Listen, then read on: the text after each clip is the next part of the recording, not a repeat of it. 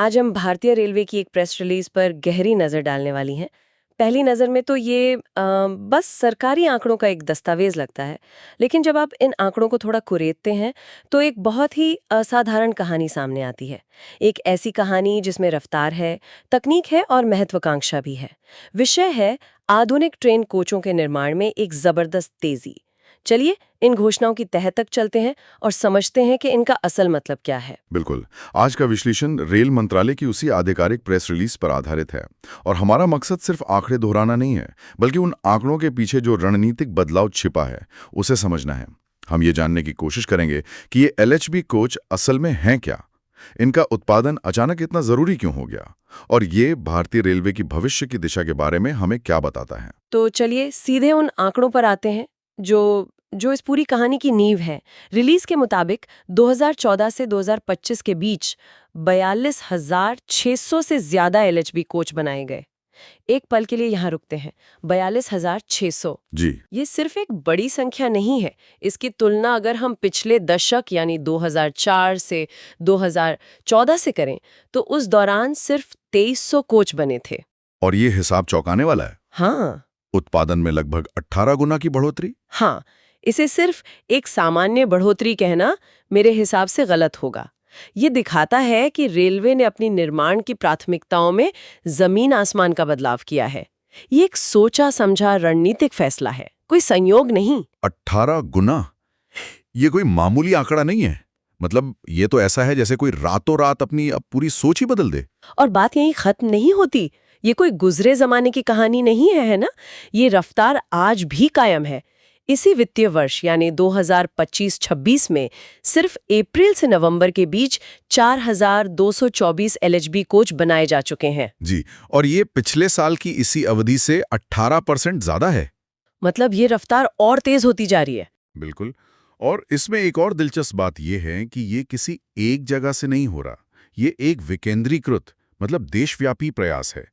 आंकड़े बताते हैं कि चेन्नई की इंटीग्रल कोच फैक्ट्री आईसीएफ उसने 1659 कोच बनाकर अगुवाई की, लेकिन रायबरेली के मॉडर्न कोच फैक्ट्री एमसीएफ ने 1234 और कपूरथला की रेल कोच फैक्ट्री आरसीएफ ने 1331 कोच बनाकर बहुत बड़ा योगदान दिया है। तो ये दिखाता है कि उत्पादन क्षमता को देश के अलग-अलग कोनों में विकसित किया गया है। ये आंकड़े वाकई हैरान करने वाले हैं। 18 गुना बढ़ोतरी। लेकिन इससे मेरे मन में एक सवाल उठता है, क्या ये सिर्फ संख्या का खेल है, या इन एलएचबी कोचों में वाकई कुछ ऐसा है जो इस बड़े बदलाव को सही ठहराता है? मतलब एक आम यात्री के लिए पुराने नीले डिब्बों और इन नए डिब्बों में क्या फर्क है? ये इस पूरी चर्चा का सबसे जरूरी सवाल है, क्योंकि अगर ये कोच बेहतर नहीं होते तो इतनी बड़ी संख्या का कोई मतलब नहीं रह जाता। एलएचबी का मतलब है लिंके हॉफमैन बुश, जो एक जर्मन कंपनी है जिसने इन्हें मूल रूप से डिजाइन किया था। अब ये पूरी तरह भारत में बनते हैं, लेकिन इनकी तकनीक इन्हें पुराने आईसीएफ कोचों से कह सकते हैं कि कई पीढ़ी आगे ले जाती है। इनके फायदों को हम दो मुख्य हिस्सों में बांट सकते हैं। पहला, यात्री सुरक्षा में एक क्रांति, और दूसरा, सफर के अनुभव में एक बहुत बड़ा अपग्रेड। सुरक्षा में क्रांति, यह एक बहुत बड़ा दावा है। जब हम ट्रेन सुरक्षा की बात करते हैं तो आमतौर पर मजबूत लोहे और बेहतर ब्रेक का ख्याल आता है, लेकिन यहाँ डिजाइन की बात हो रही है। ये दिलचस्प है। ये डिजाइन कैसे एक भयानक दुर्घटना को कम घातक बना सकता है? आपने बिल्कुल सही पकड़ा। मजबूती तो है ही, लेकिन असली इनोवेशन इनके डिजाइन में है। पुराने आईसीएफ कोचों की सबसे बड़ी खामी ये थी कि दुर्घटना के समय टक्कर लगने पर डिब्बे एक दूसरे पर चढ़ जाते थे। इस खतरनाक स्थिति को टेलीस्कोपिंग कहते हैं। कारण बनता था। एकदम सही। और ज्यादातर जानें इसी वजह से जाती थी। एलएचबी कोचों का कपलिंग सिस्टम और एंटी क्लाइंबिंग फीचर ऐसा है कि टक्कर की ऊर्जा डिब्बों को ऊपर चढ़ाने के बजाय बगल में धकेल देती है। डिब्बे एक दूसरे से जुड़े रहते हैं और पलटते नहीं हैं। ये एक छोटा सा डिजाइन बदलाव लगता है, लेकिन ये जीवन और मृत्यु के बीच का फर्क साबित होता है। अच्छा, तो मतलब कोच की बनावट ही ऐसी है कि वो सबसे खराब स्थिति को होने से रोकती है। ये तो वाकई एक बुनियादी सुधार है। और दूसरा फायदा आपने बताया, सफर का अनुभव। इसमें क्या क्या शामिल है? इसमें 3 चीजें आती हैं: रफ्तार, आराम और रखरखाव।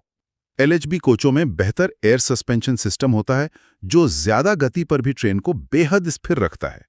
पुराने आईसीएफ कोच मुश्किल से 110 किलोमीटर प्रति घंटे पर ठीक से चल पाते थे, जबकि एलएचबी कोच 160 किलोमीटर प्रति घंटे के लिए डिजाइन किए गए हैं। 160? जी, और इन्हें 200 तक के लिए टेस्ट किया जा चुका है। और इसका सीधा असर सफर में लगने वाले समय पर और आराम पर पड़ता होगा। कम झटके, कम आवाज। बिल्कुल। बेहतर सस्पेंशन का मतलब है कि यात्रा के दौरान झटके न के बराबर महसूस होते हैं। साथ ही ये कोच बेहतर साउंड इंसुलेशन के साथ आते हैं, जिससे बाहर का शोर अंदर बहुत कम आता है। एयर कंडीशनिंग भी ज्यादा प्रभावी होती है।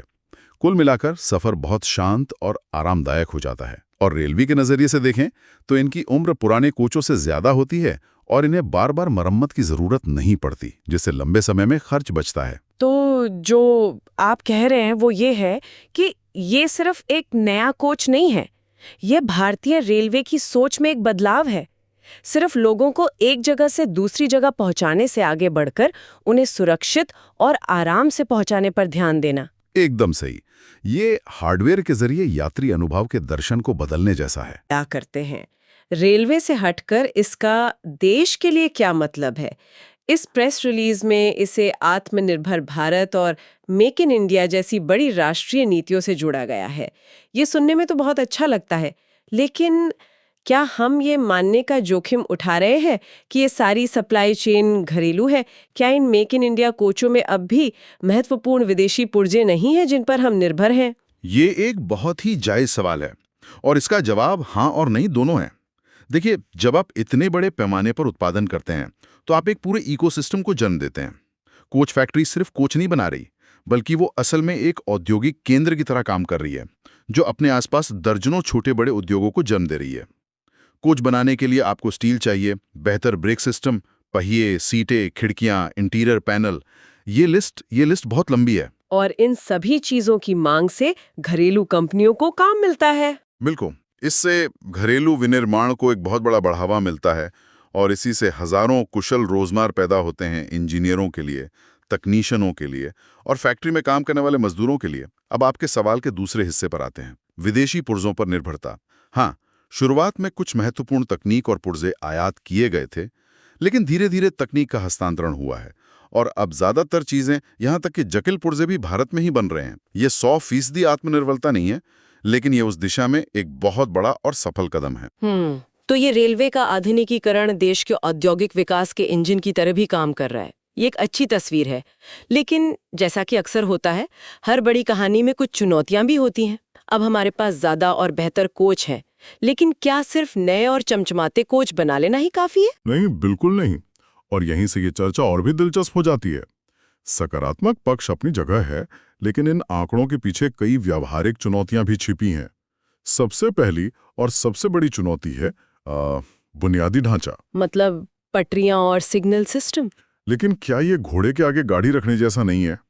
हम विश्व स्तरीय कोच बना रहे हैं जिन्हें हम अपनी पुरानी पटरियों पर पूरी रफ्तार से चला ही नहीं सकते। आपका सवाल बिल्कुल सटीक है। ये क्लासिक चिकन एंड एग वाली समस्या है। आप किसका इंतजार करेंगे, पहले पटरियां अपग्रेड होने का या पहले बेहतर कोच बनाने का? रेलवे की रणनीति दोनों पर एक साथ काम करने की है। आप इन बेहतर तेज रफ्तार वाले कोचों का पूरा फायदा तभी उठा सकते हैं जब आपकी पटरियां उस गति को संभालने लायक हों, जब आपका सिग्नलिंग सिस्टम आधुनिक हो, ताकि ट्रेनें सुरक्षित रूप से तेजी से चल सकें। इस पर काम हो रहा है, लेकिन कोच बनाने की रफ्तार फिलहाल ट्रैक अपग्रेडेशन की रफ्तार से ज्यादा है। इसलिए आज भी कई रूट पर एलएचबी कोच अपनी अधिकतम रफ्तार से काफी कम पर चल रहे हैं। ये तो अपनी स्पोर्ट्स फारपुर शहर की भीड़भाड़ वाली सड़क पर चलाने जैसा हुआ। दूसरी चुनौती क्या है? दूसरी चुनौती है पुराने और नए का संतुलन। ये एक लॉजिस्टिकल दुष्स्वप्न जैसा लगता है। भारतीय रेलवे का बेड़ा बहुत बड़ा है, जिसमें आज भी लाखों पुराने आईसीएफ कोच चल रहे हैं। इन नए एलएचबी कोचों को मौजूदा सिस्टम, टाइम टेबल और रख-रखाव डिपो के साथ मिलाना एक बहुत बड़ी लॉजिस्टिक चुनौती है। आप रातों रात सारे कोच नहीं बदल सकते। इसका मतलब है कि सालों तक हमें 2 अलग-अलग तरह के सिस्टम एक साथ चलाने होंगे, जिनके रख-रखाव की जरूरतें, गति की क्षमताएं और सुरक्षा मानक बिल्कुल अलग हैं। और इसका असर रेलवे के रोजमर्रा के कामकाज पर पड़ता होगा। मुझे लगता है सप्लाई चेन भी एक मुद्दा होगी। आपने से एक आर्थिक इंजन कहा, लेकिन क्या ये एक कमजोर कड़ी भी नहीं है? इतनी बड़ी संख्या में कोच बनाने के लिए आप सैकड़ों छोटी बड़ी कंपनियों पर निर्भर हैं। अगर उनमें से कुछ मांग पूरी ना कर पाए तो? ये एक दो-धारी तलवार है और ये तीसरी बड़ी चुनौती है सप्लाई चेन का जोखिम। जब उत्पादन इतना बढ़ जाता है तो पूरी चेन पर जबरदस्त दबाव पड़ता है। अगर पहिए सप्लाई करने वाली कंपनी पिछड़ गई या ब्रेक सिस्टम देने वाली कंपनी की गुणवत्ता में कमी आ गई तो पूरी उत्पादन लाइन रुक सकती है। इस पूरी चेन को मजबूत, भरोसेमंद और गुणवत्ता के मानकों पर खरा बनाए रखना ये एक लगातार चलने वाला काम है। एक भी कमजोर कड़ी पूरे सिस्टम को धीमा कर सकती है। और आखिर में सबसे बड़ा सवाल, पैसा। ये आधुनिक कोच निश्चित रूप से पुराने कोचों से ज्यादा महंगे होंगे। तो चौथी चुनौती लागत की है। क्या इसका मतलब ये है कि ये सिर्फ प्रीमियम ट्रेनों जैसे राजधानी या शताब्दी के लिए है और आम यात्री को इसका फायदा नहीं मिलेगा? ये एक बहुत जरूरी चिंता है। हाँ, इन कोचों की शुरुआती लागत ज्यादा है, लेकिन रेलवे का तर्क है कि अगर हम लंबे समय का हिसाब देखें, इनकी ज्यादा उम्र, कम रखरखाव का खर्च और बेहतर ऊर्जा दक्षता, तो ये सौदा महंगा नहीं है। जहां तक आम यात्री की बात है, तो रणनीति यह है कि जैसे जैसे नई एलएचबी रैक्स बनती हैं, उन्हें पहले प्रीमियम ट्रेनों में लगाया जाता है। फिर उन प्रीमियम ट्रेनों से निकले पुराने एलएचबी रैक को दूसरी एक्सप्रेस ट्रेनों में लगाया जाता है और उन एक्सप्रेस ट्रेनों से निकले पुराने आईसीएफ कोचों को धीरे धीरे हटाया जाता है। तो इसका फायदा धीरे धीरे पूरे नेटवर्क तक पहुंच रहा है, लेकिन इसमें समय लगेगा। तो कुल मिलाकर ये कहानी सिर्फ बड़ी संख्याओं की नहीं है। ये भारतीय रेलवे के लिए विनिर्माण क्षेत्र में एक बड़ी सफलता की कहानी तो है, लेकिन ये चुनौतियों से भरी भी है।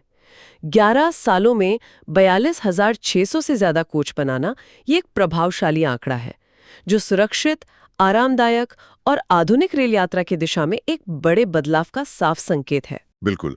अगर हम इसे बड़ी तस्वीर से जोड़कर देखें, तो मुख्य बात यह है कि ये रेलवे के आधुनिकीकरण की एक व्यापक, बहुआयामी रणनीति का एक अहम पड़ाव है। ये सिर्फ कोच बदलने की बात नहीं है। इसका बड़ा लक्ष्य आत्मनिर्भरता हासिल करना है, यात्री अनुभव को बेहतर बनाना है और देश के औद्योगिक आधार को मजबूत करना है। और भविष्य में क्या? आगे क्या देखना दिलचस्प होगा? आगे ये देखना दिलचस्प होगा कि ये कोच निर्माण का कार्यक्रम हाई स्पीड रेल और वंदे भारत जैसी दूसरी महत्वाकांक्षी परियोजनाओं के साथ कैसे जुड़ता है। जो अनुभव और क्षमता हमने एलएचबी कोच बनाने में हासिल की हैं, क्या वो हमें भविष्य की और भी उन्नत ट्रेनों को बनाने में मदद करेगी? ये एक अहम सवाल है। और अंत में एक विचार। इस रिलीज में एक बहुत ही रोचक संकेत दिया गया है कि भविष्य के एलएचबी कोचों में आईओटी आधारित मॉनिटरिंग और ऊर्जा दक्षता जैसी स्मार्ट टेक्नोलॉजी हो सकती है। यह भविष्य के लिए एक दिलचस्प सवाल खड़ा करता है। जैसे जैसे रेलवे का भौतिक ढांचा, यानी ये कोच और पटरियां आधुनिक हो रहे हैं, उसके ऊपर एक डिजिटल परत भी बन रही है। जरा सोचिए, रियल टाइम डेटा जो बताए कि कोच के किस पहिए में खराबी आने वाली है, या एक ऐसी यात्री सूचना प्रणाली जो आपको बताए कि आपका स्टेशन आने से पहले बाथरूम खाली है या नहीं। ये कोच तो उस बदलाव के प्लेटफॉर्म की बस एक शुरुआत है। असली क्रांति तब आएगी जब ये बेहतरीन हार्डवेयर और स्मार्ट सॉफ्टवेयर एक साथ मिलकर काम करेंगे और यात्रा के अनुभव को पूरी तरह से बदल देंगे।